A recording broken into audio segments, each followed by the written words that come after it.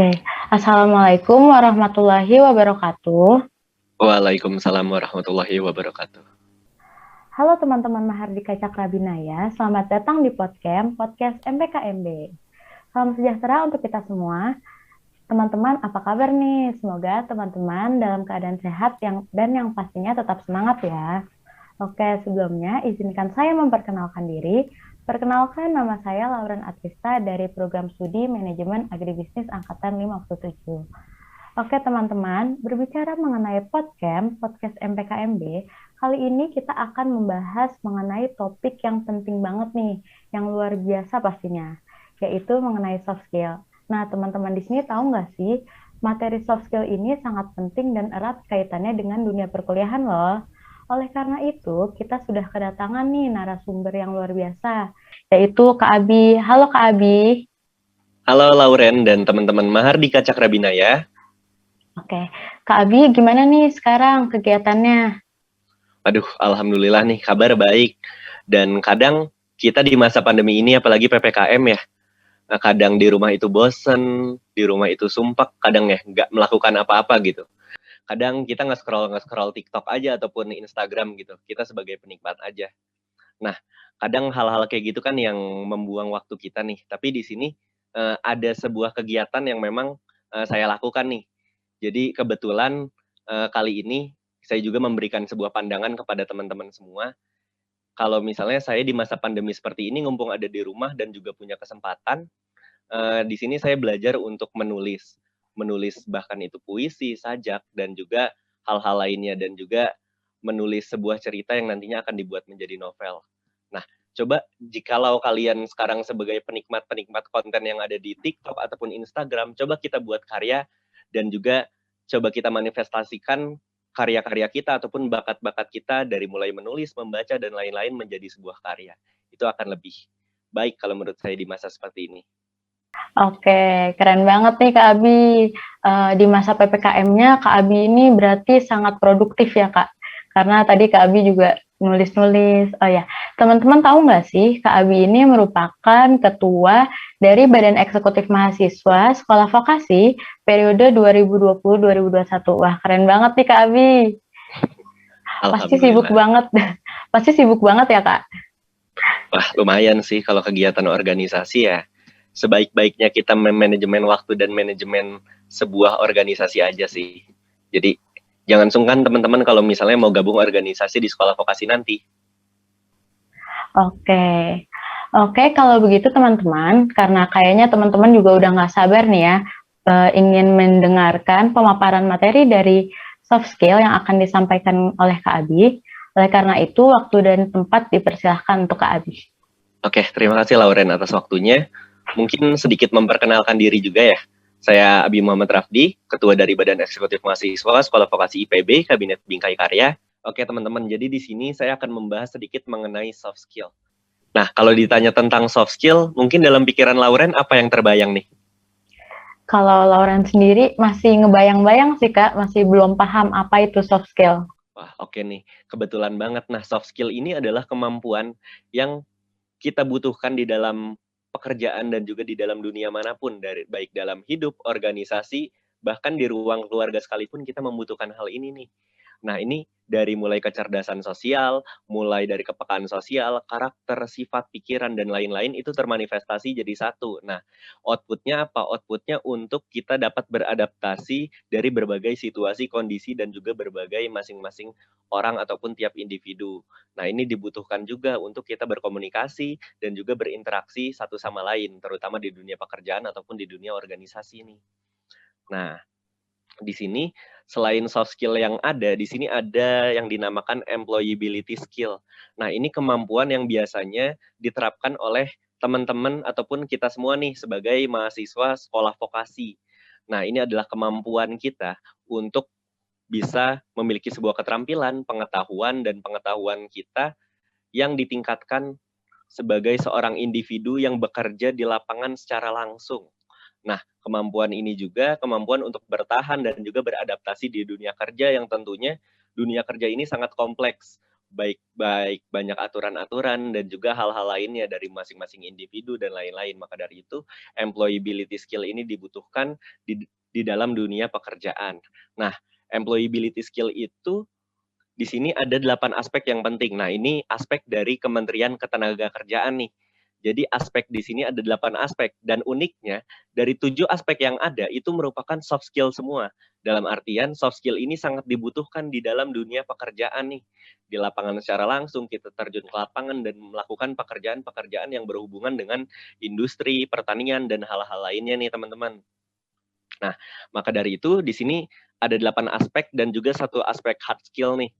Nah, untuk soft skill-nya ada beberapa aspek. Yang pertama ada komunikasi, yang kedua itu ada kemampuan kerja sama tim, yang ketiga itu adalah kemampuan untuk menyelesaikan sebuah permasalahan atau problem solving, yang keempat itu inisiatif dan juga usaha, yang kelima itu adalah perencanaan dan juga pengorganisasian, yang kelima itu adalah pengelolaan diri, yang keenam itu adalah kemampuan untuk belajar, agility, dan juga yang terakhir ada kemampuan untuk mengoperasikan sebuah teknologi. Nah, ini merupakan hard skill dan soft skill-nya ada 7. Nah, yang nanti mungkin akan kita bahas di sesi selanjutnya. Nah, ngomong-ngomong tentang soft skill di sini tentunya ada hal-hal yang harus teman-teman pahami dulu nih sebelum kita berbicara lebih jauh tentang soft skill, yaitu tentang kemampuan mengenal diri kita sendiri atau yang dinamakan self knowledge. Nah, self knowledge ini merupakan sebuah kemampuan diri kita sendiri untuk mengenali secara lebih jauh tentang diri kita. Nah, misalnya saya nanya nih kepada teman-teman dan juga mungkin kepada Lauren, kalau misalnya ditanya, siapakah Anda? Jawabannya apa? Kalau ditanya siapakah Anda, gimana ya Kak jawabnya? Bingung kan? Iya benar Kak, bingung. Oke. Nah, itu landasan dasar dari self knowledge gitu. Jadi pertanyaan siapakah Anda itu merupakan sebuah definisi dari kita membawakan mengenalkan diri kita sebagai objek. Nah, kan biasanya kita di hidup ini dikenalkan sebagai subjek mulu nih. Kayak kita memposisikan diri kita sebagai orang pertama di dalam kehidupan. Kayak saya harus melakukan apa, saya harus bekerja sebagai apa, ataupun saya harus melakukan apa untuk menggapai prestasi. Nah, sedangkan di dalam self knowledge ini konsepnya kita mengenalkan diri kita sebagai objek. Nah, maksudnya objek ini apa? Jadi kita harus memposisikan diri kita dan juga memandang diri kita dari sudut pandang orang ketiga atau orang lain melihat diri kita kayak gimana nih? Kayak misalkan, misalnya orang-orang melihat diri saya nih, saya pribadi kayak, wah, Kak Abi ini merupakan diri misalnya seorang pekerja keras. Nah, itu kan sudut pandang dari orang ketiga nih. Nah, itu yang dibutuhkan untuk kita mengenal diri kita sendiri dari sudut pandang orang ketiga. Jadi, bagaimana orang lain melihat diri Anda, sifat Anda itu seperti apa, karakter Anda dilihat orang itu seperti apa. Nah, itu yang dibutuhkan kita untuk mendapatkan self knowledge ini ataupun ilmu tentang diri kita sendiri. Nah, self knowledge ini dibagi menjadi 2 dimensi nih teman-teman. 2 dimensi ini yang akan membimbing kita menuju self knowledge itu ada 2. Yang pertama itu ada self awareness dan yang kedua itu self concept. Nah, self awareness ini merupakan sebuah kemampuan diri kita agar aware ataupun sadar terhadap diri kita. Nah, maksudnya apa? Maksudnya seperti ini. Jikalau misalnya kita melakukan sebuah sesuatu, itu pasti akan ada sebuah hal yang memang harus kita sadari dari mulai pola pikir kita seperti apa, perasaan kita seperti apa, dan lain-lain. Nah, di sini menurut Kamus Oxford juga, awareness itu berarti pengetahuan atas persepsi, atas situasi dan fakta. Berarti dalam artian di sini, kita harus mengetahui diri kita dari berbagai situasi dan berbagai sudut pandang untuk mendapatkan self-awareness. Nah, di dalam buku, kalau misalnya teman-teman tahu ya, buku sebuah seni untuk bersifat bodoh amat, karyanya Mark Manson, di sana dibahas untuk mendapatkan self-awareness, kita harus mengetahui 3 tahap. Yang pertama adalah pikiran kita, yang kedua adalah perasaan kita, dan yang ketiga adalah tingkah laku kita. Nah, ini benar-benar harus kita tahu dulu nih untuk mengenal diri kita. Nah, sebagai contoh kayak gini contohnya. Nah, di dalam pikiran seseorang yang dinama Barbara nih, namanya Barbara. Si Barbara ini, dia tuh sedang berdebat dengan rekannya. Nah, si Barbara ini di dalam pikiran dia ingin menolak argumen si temannya ini. Nah, di dalam perasaan dia merasakan sebuah kekesalan. dikarenakan si temannya ini bersikeras mendukung argumen dia yang kata si Barbara ini salah. Nah, akhirnya terbentuklah sebuah tingkah laku di mana di dalam pikirannya pengen nolak, di dalam perasaannya juga dia kesel. Akhirnya di dalam tingkah lakunya ataupun perilakunya dia memberikan sebuah sanggahan, bentakan, dan juga sebuah nada yang tinggi. Nah, itu yang harus kalian kenali. Jadi, tingkah laku kita itu akan terjadi dari pikiran kita dan juga dari perasaan kita. Maka dari itu kita harus memahami terlebih dahulu perasaan dan juga pemikiran kita untuk mendapatkan sebuah kesadaran diri. Nah, ini yang harus kita pelajari. Nah, nanti hubungannya akan dengan social intelligence dan juga emotional intelligence atau kecerdasan sosial dan juga emosi sosial yang akan dibawakan di dalam soft skill. Nah, tapi di dalam sebuah self-awareness ini ada tantangan, teman-teman. Nama tantangannya adalah Dunning-Kruger Effect. Nah, Lauren tahu gak tuh yang dinamakan Dunning-Kruger Effect?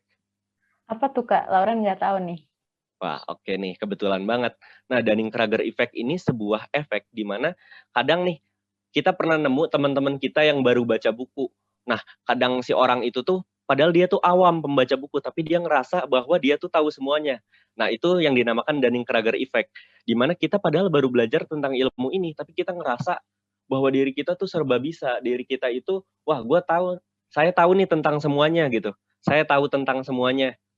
Nah, di sana baru akan terjadi sebuah manifestasi yang berupa orang-orang akan secara langsung melihat diri kita. Wah, kok orang ini kok segala tahu ya dan lain-lain, padahal pemikiran dia salah. Alhasil banyak teman-teman kita yang bilang, wah sebenarnya kayak gini loh, sebenarnya kayak gini. Dan akhirnya Dunning-Kruger Effect ini akan berakhir dan sumbunya akan turun ke tahap-tahap selanjutnya. Jadi ada tahap-tahap yang ada di Dunning-Kruger Effect.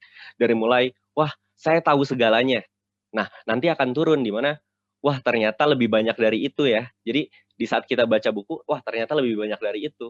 Makanya kebanyakan orang-orang awam itu merasa lebih tahu segalanya, sedangkan orang-orang yang ahli ini mereka lebih rendah hati dan juga rendah diri, dikarenakan mereka udah tahu segalanya. Nah, ini adalah efek-efek dari Dunning-Kruger Effect.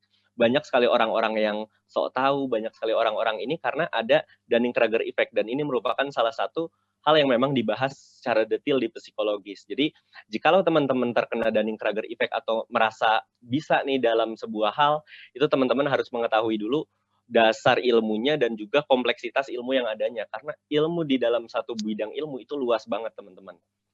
Betul, Kak. Betul. Itu adalah self-awareness. Jadi, kita harus bisa mengetahui pikiran kita harus bisa mengetahui juga perasaan kita untuk membentuk sebuah tingkah laku.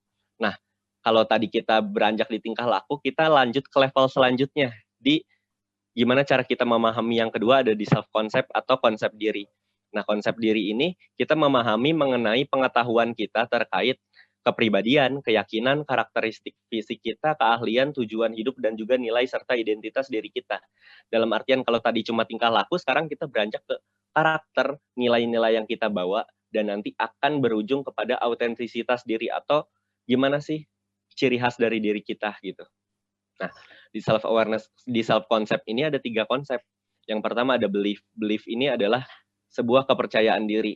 Nah, di sini misalnya kita percaya bahwasannya saya adalah orang yang galak, misalnya. Saya adalah orang yang pekerja keras, saya adalah orang yang sanggup ada di bawah tekanan. Nah, itu merupakan belief dari diri kita percaya bahwasannya diri kita seperti ini gitu. Nah, belief ini keyakinan terhadap diri sendiri. Nah, ini yang harus kita dapatkan gitu, yang nantinya akan termanifestasi menjadi sebuah habit ataupun kebiasaan kita. Jadi dalam kita mengecap diri kita seperti ini dan kita membiasakan diri kita seperti ini, misalnya saya membiasakan diri saya sebagai orang yang tegas, nanti seiring berjalannya waktu saya akan membuat karakter saya menjadi orang yang tegas. Nah, itu belief dari pertama kali kita menandakan diri kita atau mencap diri kita. Yang kedua adalah value. Kalau tadi belief berdasarkan sebuah keyakinan, kalau value ini lebih ke nilai ideal dalam diri kita. Nah, ini yang harus dipahami juga oleh tiap-tiap individu.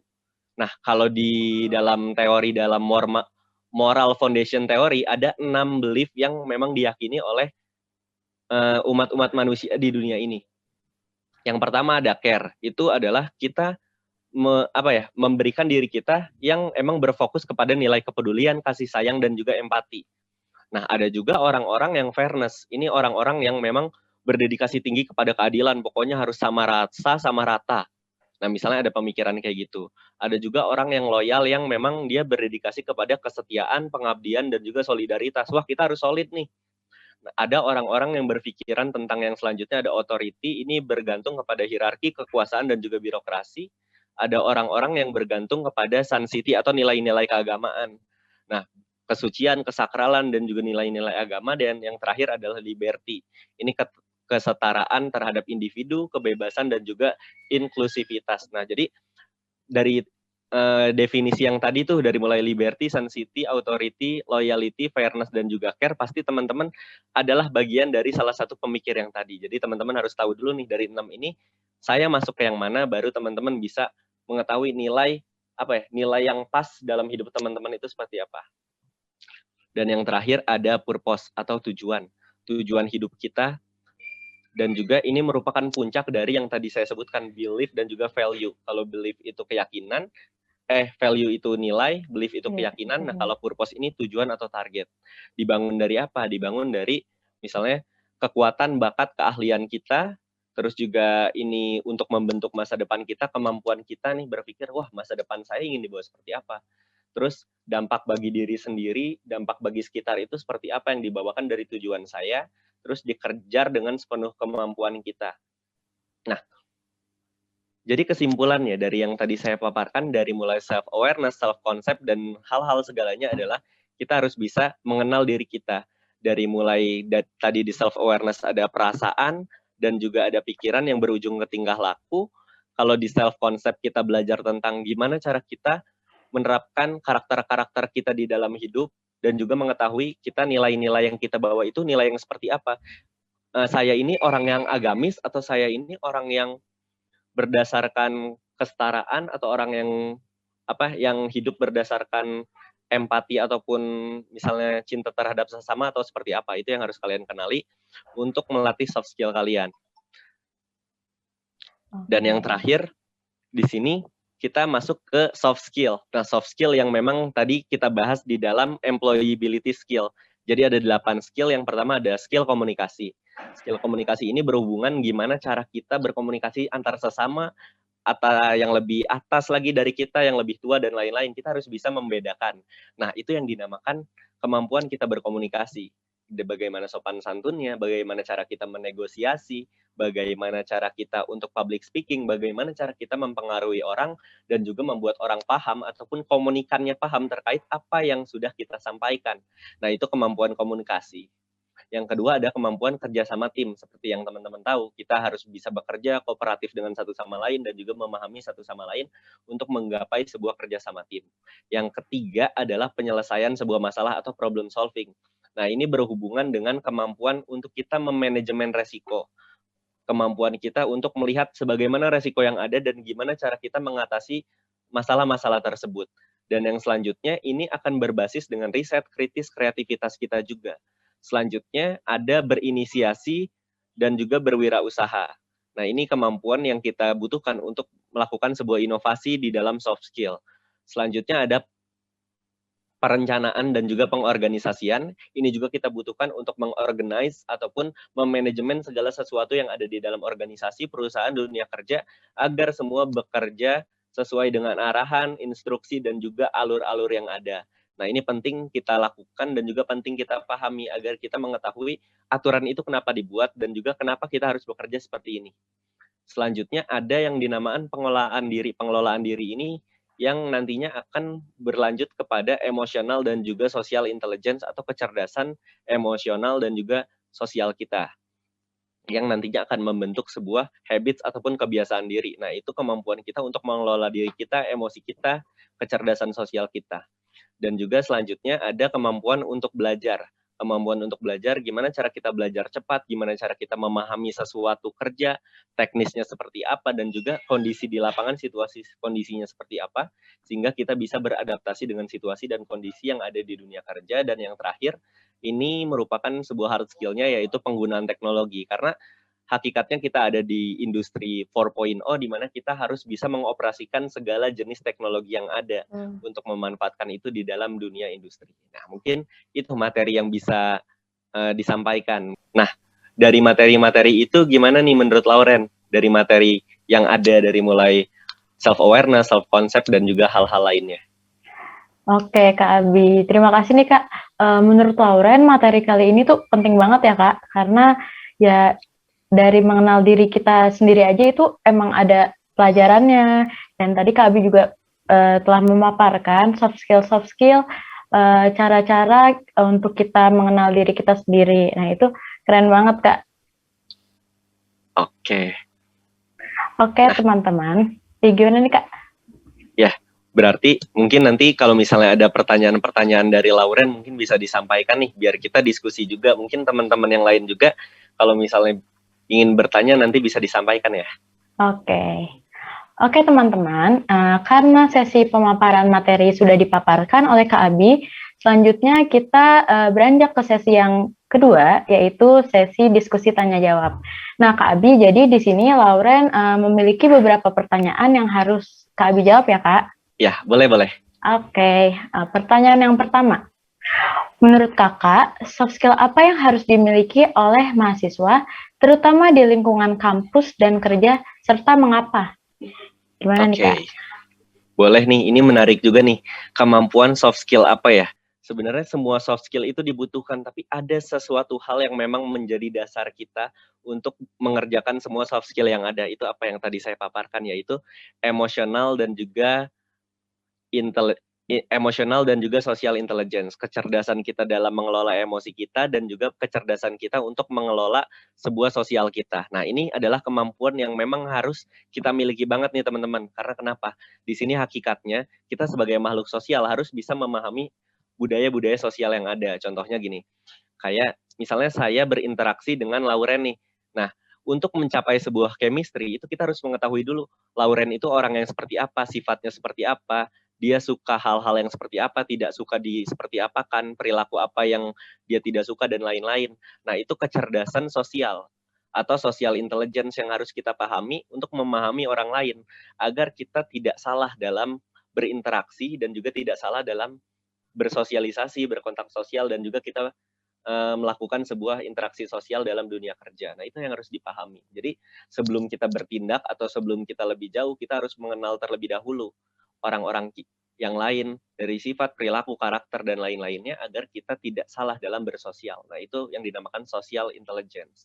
Nah, selanjutnya ada yang dinamakan emotional intelligence. Nah, emotional intelligence ini adalah kecerdasan kita dalam beremosi dan juga mengekspresikan diri. Nah, contoh ya, misalnya saya menjadi seorang pimpinan di dalam sebuah perusahaan, ataupun mungkin teman-teman atau di organisasi aja lah, misalnya nih, teman-teman pasti pernah lah di dalam organisasi teman-teman, di dalam OSIS ataupun lain-lain, kalian pernah mendapatkan sebuah ospek, ya.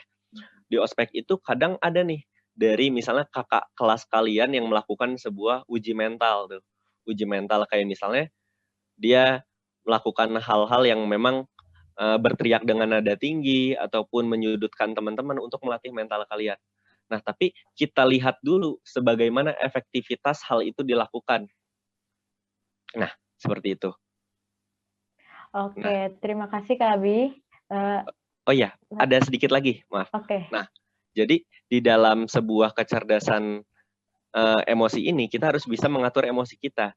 Kalau misalnya tadi ada marah, ada sedih, dan juga ada senang, dan lain-lain. Nah, kita harus bisa menyesuaikan atmosfer dan situasi kita, suasana kita di dalam organisasi itu. Jadi intinya kalau misalnya suasananya lagi senang, coba kita berikan apresiasi, kita berikan sebuah hal-hal yang bersifat memuji agar mereka lebih meningkat lagi nih suasana kerjanya, ataupun kita mau meyakinkan mereka nih, kayak saya ingin membuat mereka semua memiliki satu tujuan yang sama. Coba kita buat suasana yang sedih. Coba kita buat dulu mereka misalnya harus sama dengan tujuan yang ada. Misalnya kita membuat sebuah konsep jerit malam, kita harus mengingatkan kepada mereka secara sedih dan juga suasana-suasana yang lembayung gitu dan nantinya akan membentuk sebuah persepsi dan tujuan yang sama dan perasaan yang sama gitu.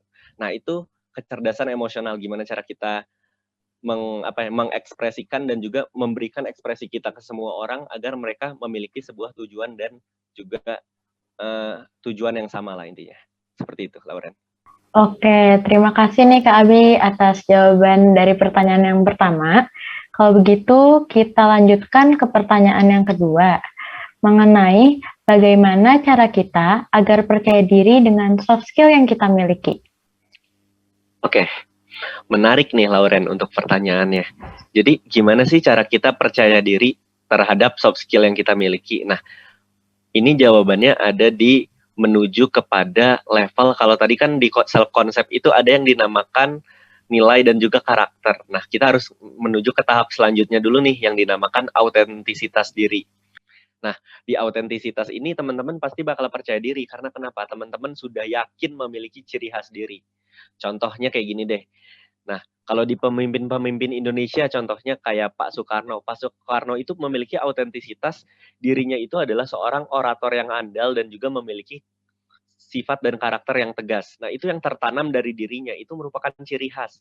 Contohnya lagi Pak Habibie. Pak Habibie itu merupakan sebuah sosok yang cerdas dan juga intelektual. Jadi kelihatan beliau itu adalah orang cerdas. Dan juga contohnya Bapak Kiai Haji Abdul Rahman Wahid atau Gus Dur. Beliau memiliki ciri khas, beliau itu rendah hati, memiliki toleransi yang baik dan juga empati yang sangat dalam sehingga beliau memiliki toleransi antar agama dan juga antar suku bangsa dan lain-lain sehingga dinamakan Bapak Pluralitas Indonesia. Nah, dan juga tokoh-tokoh lainnya juga memiliki hal tersebut. Nah, yang harus kita lakukan untuk percaya diri adalah menggapai hal tersebut. Bagaimana cara kita mengenali diri kita dan juga mencari ciri khas diri kita.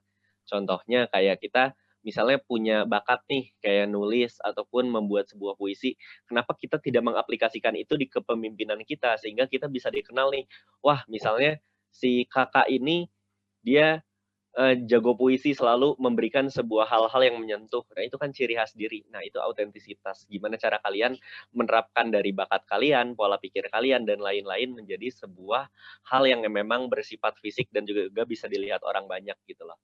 Baik dari karakter kalian yang tegas, kalian harus terus tegas. Kalian merakyat, kalian harus terus merakyat. Nah, kayak gitu. Jadi sebuah kestabilan diri kalian dalam membawakan diri kalian itu yang akan membuat kalian percaya diri nanti dia akan di waktu ke depannya. Jadi pede aja dan juga terus jalani apa yang kalian yakini. Itu bakal menambah kepercayaan diri kalian dalam menerapkan sebuah soft skill yang kalian miliki. Ini kayak gitu, Lauren. Oke, jadi kita harus konsisten gitu ya, Kak? Iya, betul. Intinya konsisten aja. Sampai kebentuk ciri khas nih. Pasti nanti kebentuk kok lama-kelamaan. Oke, terima kasih Kak Abi atas jawabannya. Kalau begitu, kita langsung saja ke pertanyaan yang terakhir, yaitu, apa akibatnya jika kita tidak pernah mengupdate skill kita? Oke, ini juga pertanyaan menarik nih. Contoh ya, kalau misalnya kan tadi di pertanyaan pertama kita mengacu kepada social intelligence dan juga emotional intelligence. Bagaimana cara, apa yang tidak akan terjadi kalau misalnya kita tidak mengelola soft skill kita dengan baik. Contoh, misalnya kalau emotional intelligence dalam mengatur emosi kita nih. Nah, jikalau skill kita tidak terasah di misalnya emotional intelligence, pasti di saat kita misalnya berdebat dengan orang dan juga kita emosi, pasti kita akan melampiaskan emosi kita dan alhasil kita tidak memberikan sebuah argumen kita. Malah kita terjerumus ke dalam emosi kita dan juga kita akhirnya memberikan hal-hal yang memang di luar kendali kita dan juga tidak enak. Nah, itu salah satu kasusnya kalau kita tidak mengelola soft skill kita dengan baik. Terus contohnya lagi, kalau misalnya kita tidak memiliki kemampuan komunikasi yang baik, misalnya, terus nanti kita di dalam berkomunikasi, misalnya kayak gini nih, tapi iya begitu, gitu. Kan intinya dalam berkomunikasi adalah bagaimana cara kita menyampaikan sudut pandang kita dan juga sebuah argumen kita agar bisa dipahami dan juga diterima. Nah, kalau kita misalnya komunikasi saja seperti itu, gimana cara kita menyampaikan pesan yang ingin kita sampaikan dan alhasil tidak tersampaikan. Dan banyak hal-hal lainnya. Kalau kita misalnya nggak belajar dengan sungguh-sungguh, pasti nanti kita akan kena dampaknya, potensi diri kita tidak akan berkembang dan lain-lain. Tentunya banyak banget nih, Lauren, yang memang akan berdampak jikalau kita tidak mengasah soft skill kita. Makanya soft skill yang tadi 7 yang sudah saya paparkan di dalam dunia pekerjaan itu sangat penting untuk teman-teman beradaptasi di dunia pekerjaan yang nantinya pasti teman-teman semua akan mengalami hal itu ya. Di dunia pekerjaan, terjun langsung di industri, pasti memerlukan soft skill itu. Makanya dari itu, sekarang teman-teman sudah berada di masa kampus dan mungkin teman-teman akan menjadi mahasiswa.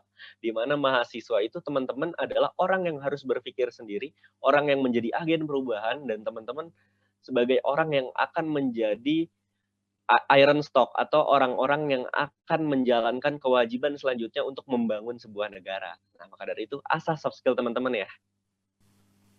Oke, terima kasih Kak Abi atas jawabannya. Kalau begitu, karena sesi pemaparan materi dan diskusi tanya jawab telah terlaksana, sebelum Lauren tutup, kira-kira Kak Abi ingin menyampaikan sesuatu nggak nih untuk teman-teman Mahardika Cakrabinaya? Oke, buat teman-teman Mahardika Cakrabinaya, teman-teman akan menjadi seorang mahasiswa yang nantinya akan melanjutkan tonggak perjuangan bangsa, yang nantinya teman-teman pasti akan berguna untuk kemajuan nusa dan bangsa. Maka dari itu, Najwa Shihab pernah berkata, Indonesia tidak tersusun dari batas peta, tapi gerak dan peran besar kaum muda. Bung Karno pernah berkata bahwasannya bunga mawar tidak akan pernah mempropagandakan harumnya, namun keharumannya itu sendiri yang akan menyebar melalui sekitarnya. Maka dari itu teman-teman teruslah menyebar kebermanfaatan, terus merangkul satu sama lain, terus sadarkan satu sama lain, dan juga terus mengasah potensi diri agar bisa berguna bagi sesama dan juga bisa membentuk ekosistem toleransi, cinta satu sama lain, dan juga teman-teman bisa membentuk sebuah bangsa dan negara yang maju bersama-sama. Kita silih asah, silih asih, silih asuh, merangkul bersama untuk membangun Indonesia yang maju dan berkarya. Sekian, terima kasih. Wassalamualaikum warahmatullahi wabarakatuh. Oke, wah keren banget nih ya kalimat penutupnya dari Kak Abi. Oke teman-teman, karena sesi pemaparan dan diskusi sudah selesai, jadi Lauren tutup dengan mengucapkan Alhamdulillahirabbil alamin. Oke, sebelumnya terima kasih ya buat Kak Abi karena Kak Abi sudah menyempatkan waktunya untuk hadir dan juga sudah sharing-sharing tentang ilmunya. Oke, sama-sama buat teman-teman panitia dan juga Mahardika Cakrabinaya. Semua terima kasih banyak. Oke, dan juga nggak lupa nih Lauren mengucapkan terima kasih kepada teman-teman yang sudah mendengarkan podcast MPKMB. Semoga ilmunya dapat bermanfaat. Kalau begitu, saya selaku moderator menutup acara. Wassalamualaikum warahmatullahi wabarakatuh.